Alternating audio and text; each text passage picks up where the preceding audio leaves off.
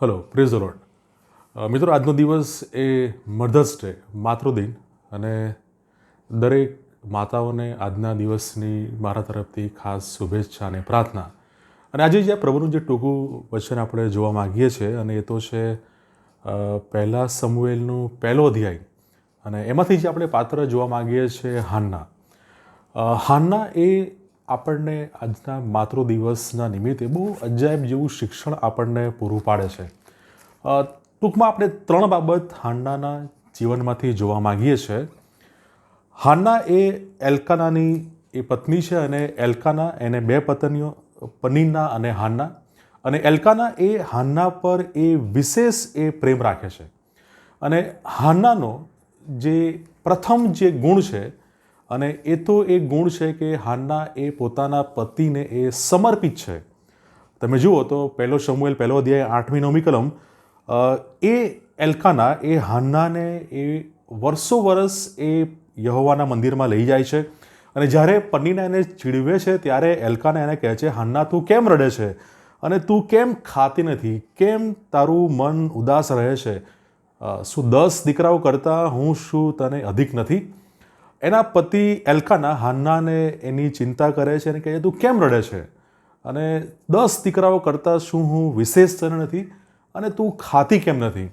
એના પતિ જ્યારે એની પરવા કરે છે, ચિંતા કરે છે, ત્યારે હાન્ના આપણે જોઈએ છે એ એના પતિની આજ્ઞા માને છે. એના પછીની તરત 9મી કલમ, હાન્ના ખાઈ લીધા પછી, ખાઈ પી રહ્યા પછી હાન્ના ઉઠે છે.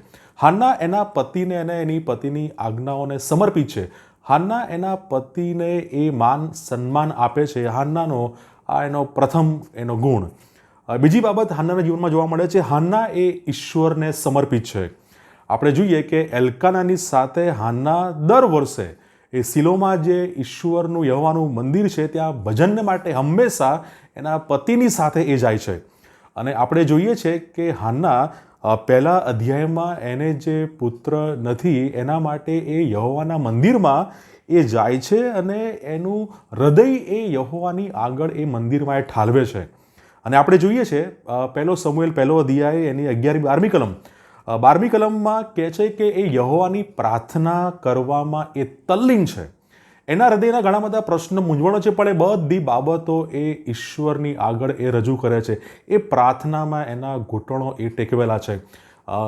માતા તરીકે, મધર તરીકે એક સૌથી અગત્યનો અને મહત્ત્વનો ગુણ છે એ હાન્ના આપણને શીખવે છે કે આ હાન્ના જેમ ઈશ્વરને સમર્પિત છે, એમ દરેક માતાએ એ ઈશ્વરની પ્રાર્થના કરવામાં પોતાનો સમય એને ચોક્કસ આપવો રહ્યો. ચોક્કસ તમારા ઘણા બધા કાર્યો, તમારી ઘણી બધી દિનચર્યામાં બહુ વ્યસ્ત તમે હશો, પણ પ્રાર્થના કરવામાં હાન્ના તલ્લીન હતી. અને દરેક માતાએ પણ એ પ્રમાણે પ્રાર્થનામાં ચોક્કસથી ઈશ્વરની સમક્ષ એ સમય ગાળવો જોઈએ. અને ત્રીજી બાબત, હાન્ના એ એના ઘરને એ સમર્પિત હતી. એના પતિને તો સમર્પિત હતી, ઈશ્વરને સમર્પિત હતી, પણ સાથે એના ઘરને પણ એ એટલી જ એ સમર્પિત હતી. જ્યારે ઈશ્વર એને સમુએલ રૂપે એને પુત્ર આપે છે ત્યારે આપણે જોઈએ છે પહેલો સમુએલ તેનો 23મો અધ્યાય, તેના પતિ એલ્કાનાએ તેને કહ્યું, તને જે સારું લાગે તે કર, તું તેને ધાવણ છોડાવે ત્યાં સુધી અહીં રહે, એટલું જ કે યહોવા પોતાનું વચન પૂર્ણ કરો. માટે તે સ્ત્રી ત્યાં રહી, અને તેણે પોતાના દીકરાનું ધાવણ છોડાવ્યું ત્યાં સુધી તેને ધવડાવ્યો. આ કલમનો અર્થ એ છે કે હાન્ના એ પોતાના દીકરાને યહોવાને સમર્પિત કરવાની છે. પણ એની પહેલાં જ્યાં સુધી સમુએલ એ હાન્ના સાથે એની સાથે ઘરમાં છે ત્યાં સુધી એક માતા તરીકે હાન્ના એ સમુએલના સંપૂર્ણ ઈશ્વરની બીકમાં ઉછેરમાં, ઈશ્વરનું શિક્ષણ આપવામાં હાન્ના એ પોતાનો સમય અને એ પોતે એમાં એ એટલી જ એ એલર્ટ છે, એ એટલી જ એ સાવચેત છે કે એ એના પુત્રને ઈશ્વરની સેવાને માટે અર્પણ કરવાની છે. અને જેવું તેવું નહીં, એ પવિત્ર ફરજ એ નિભાવે છે. એના પુત્રનો બહુ સારી રીતે ઈશ્વરની ભયમાં બીકમાં ઉછેર કરે છે. ઈશ્વરની આજ્ઞા શિક્ષણ પણ એ એના પુત્રને એ આપે છે. ત્યાર પછી એ સમુએલને એ મંદિરમાં યહોવાને અર્પિત કરે છે. હાન્ના જ્યારે આ બધું કાર્ય કરતી હશે ત્યારે ચોક્કસ એના પરિવાર, એના પતિ અને ઘણી બધી બાબતો એ હશે, પણ હાન્ના એ દરેક બાબતોનામાં સંતુલન એ જાળવે છે, એની ગંભીરતા એ સમજે છે. હાન્ના એ પોતાના ઘરને એ સમર્પિત છે. મિત્રો, હાન્ના આ શરૂઆતના 2 અધ્યાયમાં બહુ અજાયબ જેવી પ્રાર્થના એ કરે છે. જ્યારે એને પુત્ર નથી ત્યારે એ એની પ્રાર્થના એ મંદિરમાં કરે છે. 1 શમુએલ 1 અધ્યાય. એ પ્રાર્થનામાં ઘણી બધી વેદના આપણે જોઈ શકીએ છીએ. ઘણા બધા પ્રશ્નો માતા તરીકે હોઈ શકે, પણ એ બધા પ્રશ્નો આપણે ઈશ્વરની સમક્ષ એ આ પ્રાર્થનામાં આપણે પ્રભુની સમક્ષ મૂકવા જોઈએ. અને જ્યારે એને પુત્ર પ્રાપ્ત થાય છે ત્યારે 1 શમુએલ તેનો 2 અધ્યાય 1-10 કલમ, એ પ્રાર્થના એ આનંદની પ્રાર્થના છે. એ પ્રાર્થના એ હાન્નાના આનંદની પ્રાર્થના છે, પણ એ આનંદમાં પણ હાન્ના એ યહોવાને માન સન્માન આપે છે. હાન્ના એ 1 શમુએલ 2 અધ્યાય એની ત્યાંની 1 કલમ કહે છે કે હું તારા તારણમાં હરખાઉં છું. હાન્ના ત્યાં ઈશ્વરને અને હાન્ના એ યહોવાના તારણમાં એ હરખાય છે. મિત્રો, માતા તરીકે, મધર્સ તરીકે દરેક માતાએ એ પોતાના પતિને સમર્પિત રહેવાનું છે, સાથે ઈશ્વરને સમર્પિત રહેવાનું છે અને સાથે એના ઘરને એ સમર્પિત રહેવાનું છે. ત્યારે જ એ એક આદર્શ માતા તરીકે એ આપણે ત્યાં કહેવાય કે ઈશ્વરની નજરમાં યોગ્ય ઠરી શકીએ છીએ. અને બાળકો તરીકે પણ દરેક બાળકે પોતાના મા બાપનું સન્માન કરવું જોઈએ, કારણ કે 10 આજ્ઞામાંની એ 5મી આજ્ઞા છે.